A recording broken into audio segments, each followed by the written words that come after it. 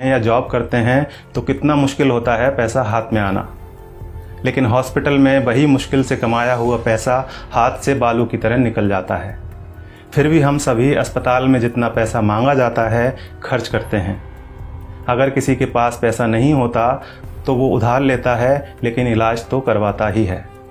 अस्पताल में पहले दिन ही सबसे ज़्यादा टेस्ट होते हैं, कुछ सर्जिकल आइटम्स भी खरीदे जाते हैं।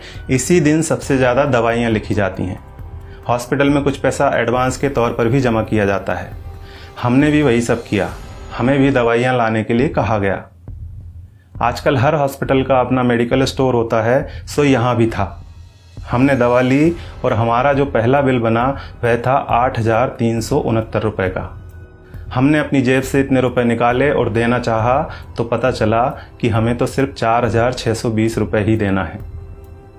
क्या आपके साथ ऐसा कभी हुआ है कि आपने 8,300 रुपये की दवाइयाँ खरीदी हों और किसी अस्पताल ने आपको 4,600 रुपये ही लिए हों? शायद नहीं। हमारे साथ भी पहले ऐसा कभी नहीं हुआ था। अब यह बिल देखिए, दवाओं की कुल कीमत है 8,369 रुपये, जिसके नीचे लिखा है डिस्काउंट 3,748 रुपये। नेट अमाउंट है 4,600 रुपये, जिसका भुगतान हमें करने के लिए कहा गया। ऐसे हमारे पास और भी कई बिल हैं। हमने 5 दिन एडमिट रहने के दौरान वहाँ से कई बार दवाइयाँ खरीदी और हर बिल पर हमें ये छूट मिली। सबसे बड़ी बात यह थी कि ये डिस्काउंट हमें मांगने पर नहीं मिला था, ये बिना मांगे, हमारे बिना आग्रह किए पूरे सम्मान के साथ हमें दिया गया था, क्योंकि ये डिस्काउंट वहाँ उनके बिलिंग सॉफ्टवेयर में ही फीड कर दिया गया है। और आप यह जानकर हैरान होंगे कि डिस्काउंट का प्रतिशत 2, 4 या 10% नहीं है, यह बहुत ज़्यादा है। कुछ सर्जिकल और इंजेक्टेबल में डिस्काउंट 91% यानी 91% तक हैं, और जितने भी पेशेंट वहाँ एडमिट हैं सबको इसका लाभ मिल रहा है। अब आपके मन में सवाल उठ रहा होगा कि ऐसा क्यों? हम भी यही सोच रहे थे कि आखिर ऐसा क्यों। तो हमने डॉक्टर साहब से सीधे पूछ लिया, क्योंकि इसका जवाब तो वही दे सकते थे। फिर उन्होंने हमें बताया कि क्यों उनके अस्पताल में इतना डिस्काउंट दिया जाता है। उन्होंने हमें समझाया कि MRP का खेल क्या होता है। एक उदाहरण के तौर पर उन्होंने बताया कि एक इंजेक्शन 270 रुपये का आता है और उस पर MRP आती है 1,000 रुपये। उन्होंने कहा कि मेरा मन नहीं माना कि मैं 270 रुपये का वह इंजेक्शन अपने पेशेंट को 1,000 रुपये में बेच दूँ। मैं डॉक्टर हूँ, मुझे अपनी फ़ीस और मेरे हॉस्पिटल की दूसरी सेवाओं का चार्ज मरीज से लेना है। 270 रुपये का इंजेक्शन 1,000 में नहीं बेचना। ये बात तो हुई डॉक्टर संजय कुमार के नैतिक मूल्यों की। अब यहाँ सवाल ये है कि दूसरे ज़्यादातर अस्पतालों के मालिकों ने क्या अपना ज़मीर बेच दिया है?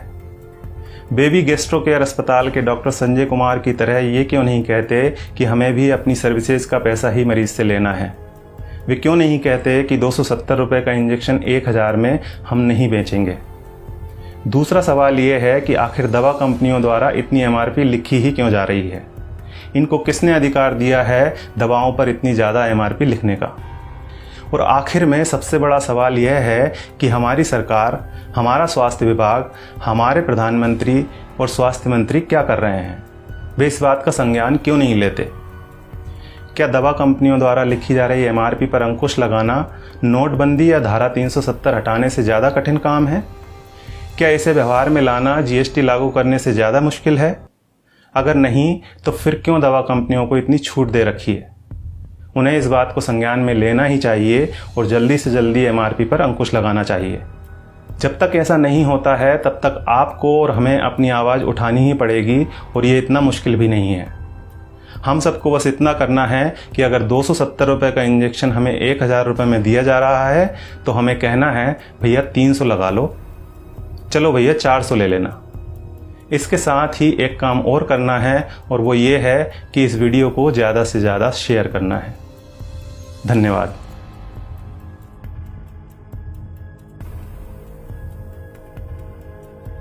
अरे रीट वालों, वो तुम्हारा पावलो का कुत्ता है ना यार, मेरे घर के आगे बैठ के रो रहा है बेचारा।